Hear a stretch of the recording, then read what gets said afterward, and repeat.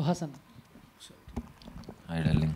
So first of all first of all congratulations. Thank you. So trailer బాగుంది, back to back. But కొన్ని రోజుల క్రితం social మీడియాలో ఒక ఫోటో బాగా వైరల్ అయ్యింది. ఏది? మీరు, ఇస్సక్ సేన్ గారు, కార్తిక్ సుబ్బరాజ్ గారు, ఆండ్రియా గారు, సింబు గారు, సత్యదేవ్ గారు, సో మీ అందరినీ పెట్టి 11-12 మంది స్టార్స్తో అసలు ఏం ప్లాన్ చేస్తున్నారా అని చెప్పేసి, సో దాని గురించి ఏమైనా అప్డేట్ ఉందన్నా? సోషల్ మీడియా మొత్తం ఒక్కసారిగా షేక్ అయిపోయింది.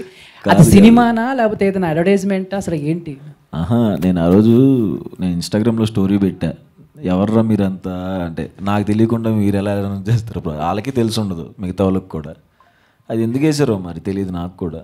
అది లేదు అసలు, నాకు తెలిసి నేనైతే లేను, మరి వాళ్ళు తెలియదు, అసలు జీరో ఐడియా అది నాకు. Okay done. అండ్ సోషల్ మీడియాలో కూడా అండ్ ఇప్పుడు మీరు బ్యాక్ టు బ్యాక్ హిట్స్ కొట్టిన తర్వాత అండ్ రెమ్యునేషన్ పెంచారు అన్న టాక్ వస్తుంది.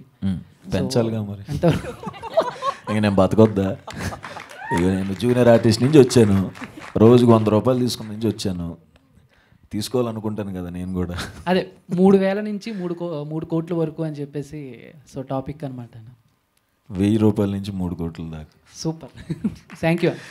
3 కోట్లు అనేది నెంబర్ నువ్వు చెప్పావు కాబట్టి చెప్పాను, నెంబర్ అది కాదులేండి. ఓకే మణికంఠ గారు, టీజర్ లుక్స్ గుడ్ అండి, ఇంట్రెస్టింగ్ ఉంది. రిలీజ్ ఎప్పుడు ప్లాన్ చేస్తున్నారు? ఇందాక సాయి రాజేష్ గారు అన్నారు ఎప్పుడైనా వేసేయచ్చు, కాన్ఫిడెంట్గా ఉండండి అని. సో ఎప్పుడు వేస్తున్నారు రిలీజ్ డేట్? ఎప్పుడు సార్? అంటే ఎప్పుడైనా వేసేయచ్చు అంటే థియేటర్లు దొరకాలి కదా సార్. అంటే మీకు తెలిసిందే కదా సార్, మనం చిన్న స్కేల్లో చేస్తున్నాము. నాకు తెలిసి mostly in couple of months sir, next couple of months. ఇది ఆర్హా మీడియా? అవును సార్. సో ఇది ఓటీటీ కోసం చేసిన ప్రాజెక్ట్ అండి లేదంటే theatre? Completely theatrical film sir. Aha is for digital sir, not Arha. మీకు అర్హా మీడియా సార్ ఇది. మేము థియేటర్ ఫిలిం కోసమే చేసాం ఇది, అసలు డిజిటల్ కంటెంట్ కాదు sir. Suhas bro, hi. Hi bro, hi.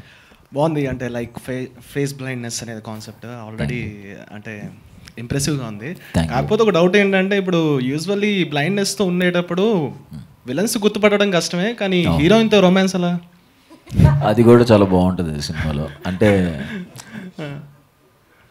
ఒక ఎమోషన్ ఉంటుంది నిజంగా, రొమాన్స్లో ఒక మంచి ఎమోషన్ ఉంటుంది. అంటే ఫేసులు గుర్తుపట్టలేడు, తనతో మాట్లాడేటప్పుడు కానీ, తనని హగ్ చేసుకునేటప్పుడు కానీ ఎలా ఫీల్ అవుతారు అని ఒక క్వశ్చన్ వస్తుంది. అది ఇంక నేను చెప్పకూడదు కానీ, అదే ఇంక టీజరే కదా, ఇంకా చాలా బాగా కళ్ళమ్మడ నీళ్ళు తిరుగుతాయి అలాంటి పాయింట్స్ వచ్చినప్పుడు.